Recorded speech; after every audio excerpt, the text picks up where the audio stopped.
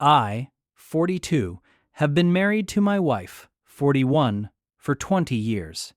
We have 2 kids, 15 and 13, together, and our marriage has been great till recently. About 4 months ago, my son got into a fight at school. It wasn't really bad, and neither boys got hurt or suspended. Although I still had to go in and pick up my son for the day. I told my wife what happened in a brief phone call as I was driving back home, and she kept telling me to go easy on him, which confused me because I wasn't planning on doing anything but talking to him, since the fight was more of a quarrel. Fast forward to when I get home, I tell my son to go to his room and get changed, and then come down to the living room. That's when my wife started pleading with me not to hurt him, and started grabbing me as if to hold me back from attacking him. Both me and my son just stare at her confused while she is borderline sobbing at this point. I honestly didn't even know how to react, so I just completely dropped it, told my son never mind, and to just go to his room. She looked relieved and started thanking me. I asked her if she's okay and what got into her. She didn't say anything and just went back to our room. I was left in the kitchen completely taken back. I have never hit, scared, yelled at, or hurt both my kids in a way before, so I couldn't understand why my wife thought that, especially over something so small. I then had to explain to my son that no, I wasn't planning on hurting him, and I don't know why his mother reacted like that later on. When he asked, small incidents like this kept happening anytime my son or daughter do anything wrong, no matter how minor, my wife freaks out and tries protecting them. This keeps happening until last week when I finally had enough. My kids were confused and kept asking me what's wrong with their mother, and I couldn't tell them because I don't know either. I tried talking to her multiple times, asked her why she would think I would hurt any of them, asked her if she has been feeling well. I even pleaded with her to go to couples counseling.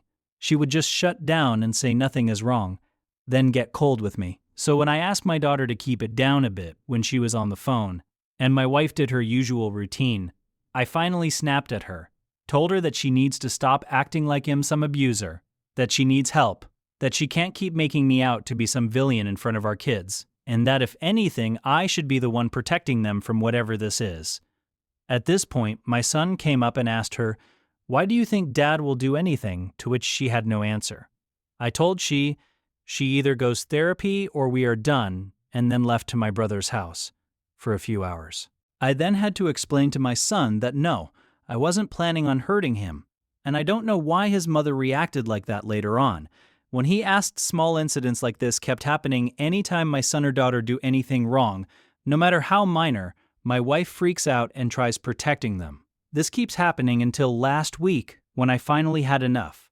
My kids were confused and kept asking me what's wrong with their mother, and I couldn't tell them because I don't know either. I tried talking to her multiple times, asked her why she would think I would hurt any of them, asked her if she has been feeling well. I even pleaded with her to go to couples counseling. She would just shut down and say nothing is wrong, then get cold with me. So when I asked my daughter to keep it down a bit when she was on the phone, and my wife did her usual routine, I finally snapped at her, told her that she needs to stop acting like some abuser, that she needs help, that she can't keep making me out to be some villain in front of our kids, and that if anything, I should be the one protecting them from whatever this is. At this point, my son came up and asked her, "Why do you think Dad will do anything?" To which she had no answer. I told she either goes therapy or we are done, and then left to my brother's house for a few hours. When I came back home, Mai was crying in our room. When she saw me, she told me to get out and that she doesn't want to see me anymore. I told her that this is my house, and if she doesn't want me here, she's the one who needs to leave. She ended up going to her parents' house for 2 days. My kids taken it upon themselves to text her and tell her that they are okay, that I never hurt them or anything like this, which she took it as me forcing them to say that. Then she came back home because she doesn't trust me. Her words.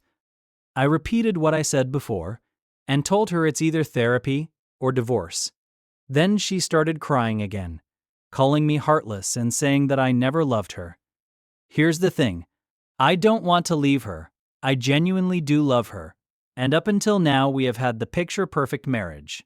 She has no history of mental illness, and as far as I'm aware, her childhood was great. She has a good relationship with her parents. She has many friends. We both have good jobs, hobbies, and we split all chores. Both my kids are now independent and don't need looking after like before, so I genuinely don't know what has triggered this. But I don't think I can stay with someone who thinks I abuse my own children, especially if she refuses help. What if she tells someone else that? What if she paints me as some abusive father and husband to everyone we know? She keeps telling me that I'm a dick for threatening divorce. But how can I stay with someone who sees me as a villain? The most I've done is take away my kids' phones or ground them when they do something really bad. And I can probably count the times I've done that on one hand because both my son and daughter are good kids. Edit. I've read all the comments, and thank you all for all the suggestions. I've taken everyone's advice and messaged her parents asking if we can talk tomorrow. I'm not naive, but this has to be something medical. I don't think she is plotting against me, is cheating, or anything like that. I tried getting her to go to therapy doctors and to just talk to me. She refuses, and there isn't much I can do about that. And seeing that she is normal outside of this involuntary commitment didn't cross my mind until now. And as far as I'm aware, there is no other changes in her life. No new friends, no one new at work, no new interests, hobbies, or responsibilities. And for everyone who's worried that she is trying to paint me as the bad guy in court because she wants to leave me, she isn't stupid. She knows that won't work, and it'll do her more harm, considering my kids are teens who are also confused. There also isn't any new behaviors like hiding her phone and suddenly being interested in her image. We are also well off. She goes on girls' nights, brunch, movies, and mini vacations with her friends. It's not like she is just either at work or taking care of the house, which she doesn't need to do anyways. We split everything between the four of us, apart from cooking, which is mainly on me since I enjoy doing it. And no, I don't plan on leaving her. I just didn't know how else to get her to think about going to a professional. Her refusal is honestly strange. We live in the UK and have free healthcare. She always used to go to the GP as soon as the smallest issues pop up, so I can't understand why she's so against it. Buckle up. This is a long one. Once upon the before time in 2015, I worked my way through nursing school as a waitress in a restaurant. This restaurant did not advertise. They prided themselves on word of mouth for their popularity. This is important. I had been there for several months at this point and had proved myself reliable and knowledgeable enough to help train new waiters. Not technically a trainer, but could be relied upon to support new workers once the trainers set them loose. We had one older guy who had just been released. He was a little awkward, little shy, and worried about mistakes. Absolutely expected. And he was great to work with. On the night of our tale, he was in the section next to mine. Easy to keep an eye on and easy to hop in and prop him up when he hit the weeds. This was his first night with his own complete section. Weeds would abound. I was ready. What he wasn't ready for was his first demanding round table of about 6 people, 20-somethings with attitude. This was apparently the cue for the leader of the table to demand something every time he came to the table. As soon as he brought the last requested item, she needed something else. I thought it was possible and had been keeping an eye on him.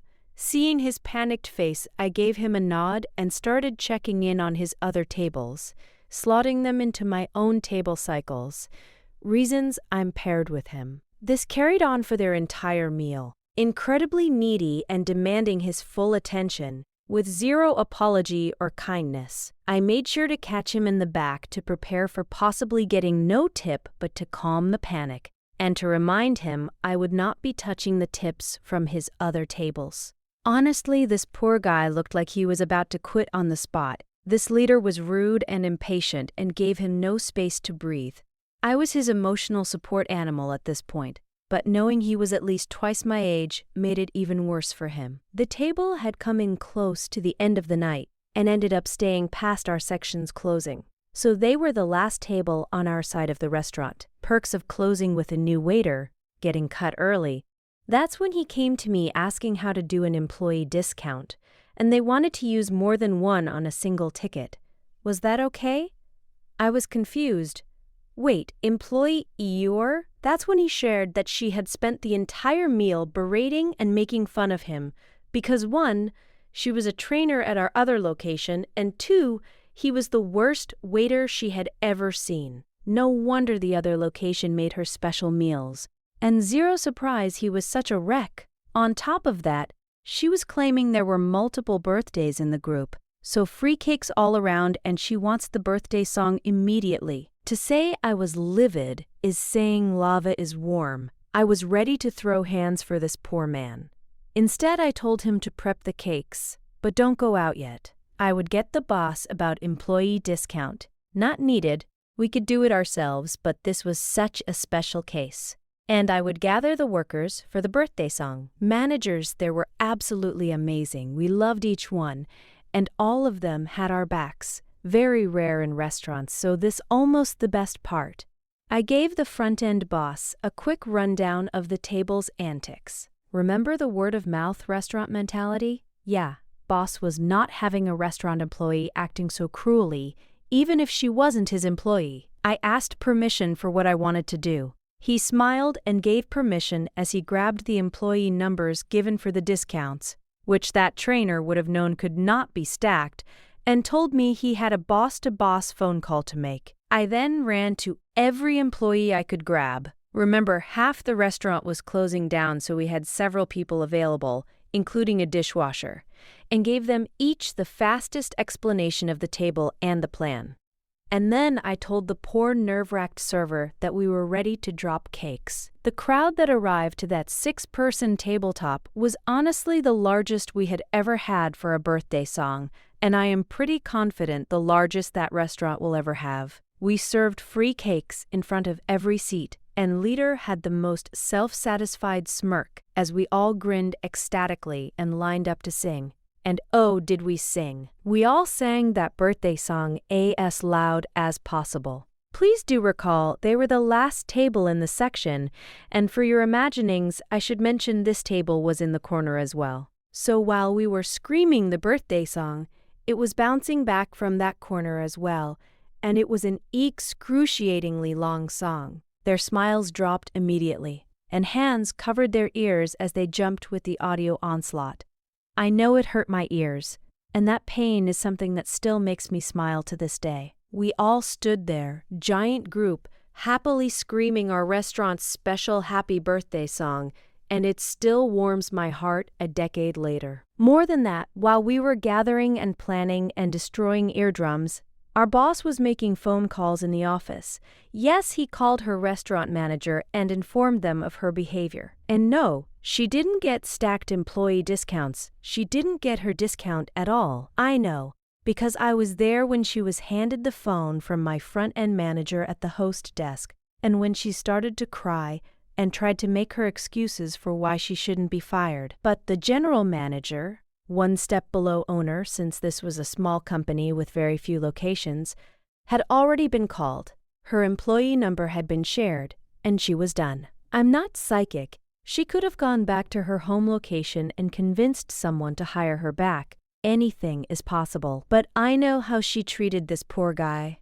I know how I told the tale to my boss. And I know the quiet rage he so rarely touched when it was rage. I would have almost given up joining in that screaming song to be able to hear those phone calls. Almost. This is my first post in this group. I really hope you agree that this is pro-revenge material and that you will enjoy it. It's a long ride, but I hope you'll find it worth the read.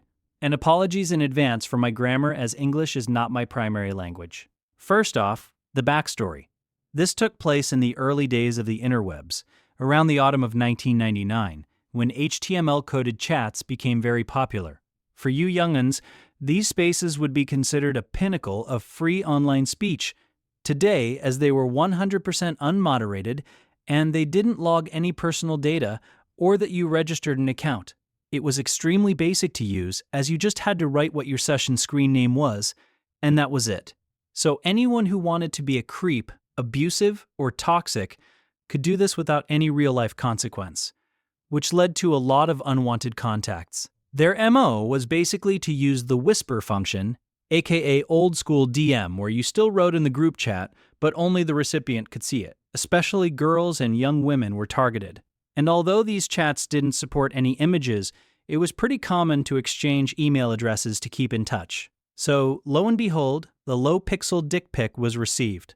This meant that we users needs to figure out ways to self-moderate the chats. The most common way to protect ourselves was to create online communities on a separate website, often using the name of the particular chat room where you hanged out. Our was named the Attic, for example. As this was before the use of registration, a membership would be granted if you were active and endorsed by another member. We had member lists containing our nicknames, a bulletin where we warned about known creeps, lists on how to behave, early netiquette, and other ways to support each other. An example on how we could make a creep leave the chat was to coordinate in the chat and send hundreds of whisper messages using Ctrl+V, flooding their screen with wall of repetitive text that only they could see. 95% of the creeps gave up as their connection would suffer.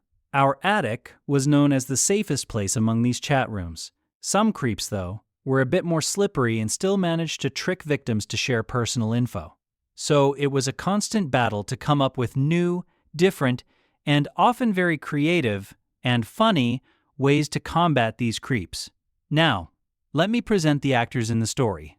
I, M20, met my then-girlfriend through a physical meetup that was organized by this specific community. We would meet up once or twice per year, traveling from all over the country, just to meet up and then hang around for a weekend, partying or doing fun stuff at amusement parks or other places. My GF was one of the first members in this community and was a well-known user in the chat for being really tough and creative when dealing with creeps. A standing joke was that she was more evil than the devil. Now for the pro-revenge part. The creep in question, let's call him Farmer Bob, was one of the creeps who was a bit slippery. He managed to become a member without any of us suspecting a thing. His creepiness was very low-key, and only after some of the younger members started to report getting emails and unwanted messages, me and GF decided to act. We started out by her pretending to be a naive and new user, and we managed to get him interested. After some back and forth, we managed to get some basic info about him, and even some personal info. For example, we learnt that he was living in the rural areas of the country, and he claimed to be wealthy as he owned a cattle farm, hence Farmer Bob. We soon realized that he was extremely stupid, seeming to be lacking in both social skills and basic education. He bragged about always wearing wooden shoes and how the females loved to be fucked by him while wearing them. After some more back and forth, my GF got bored and decided to just fuck it. Let's just go all in. So my girlfriend pretended to be interested in maybe hooking up, but only if he could offer some cocaine, as it always made her super horny. To our surprise, he took the bait and that he couldn't afford it, despite bragging about being a wealthy cattle farmer just an hour earlier. He also slipped by telling her that his parents would be out of town the coming weekend. Dude literally forgot that he had claimed to be the owner of the bloody farm. Anyway, Gia felt that she wanted to just exaggerate the crap out of him and wrote something like, "But Farmer Bob, didn't you know that if you mix 3 parts baking soda with 1 part vanilla sugar, then you would get a rush equal to a cocaine rush, but with a nice aftertaste? It's also way cheaper." We thought this was so over the top that the game would be up, and that he would finally realize that GF was just trolling by now. Instead, he told us that he had forgotten about that DIY cocaine trick, and thanked GF for reminding him about it. GF convinced him that he had to be sure to make a batch before she booked a train ticket, and he had to make sure it was of good quality. He promised her that he would make a batch right away and try it out later that evening, and we logged out. Fast forward a couple of days, believing him to have realized that GF had been trolling him, we got an email written in all caps. It was something like, "You made my nose bleed, you meth batch. I had to visit a clinic because of you," etc. He was so furious and accused her of tricking him. No shit, Sherlock. But wait, my fellow Redditors. This wasn't even the best part. We not only managed to somehow convince him that he must have gotten the mix wrong, we made an outlandish claim that she used this DIY nose candy all the time in her side gig, which was to produce and star in German amateur spanking pornos that she sold to tourists from all over Europe.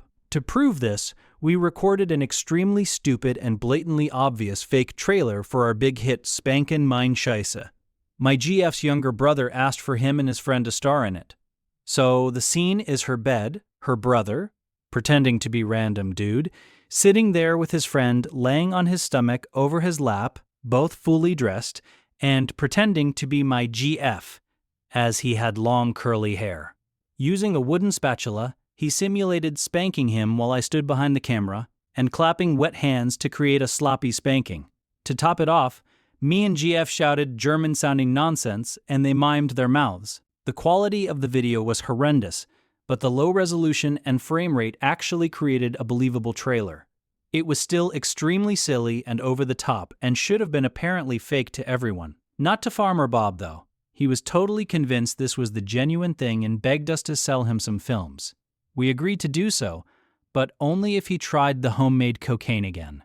We never heard from him again after that. I'm guessing he finally realized it was all fake. He might have kept creeping in the chat room, but using another name. We never got another report with his email, though. And yes, this is a true story. The trailer was unfortunately on an external hard drive that broke 7 years ago. I hope to be able to extract it someday, but until then, you have my word of honor that this is a true story.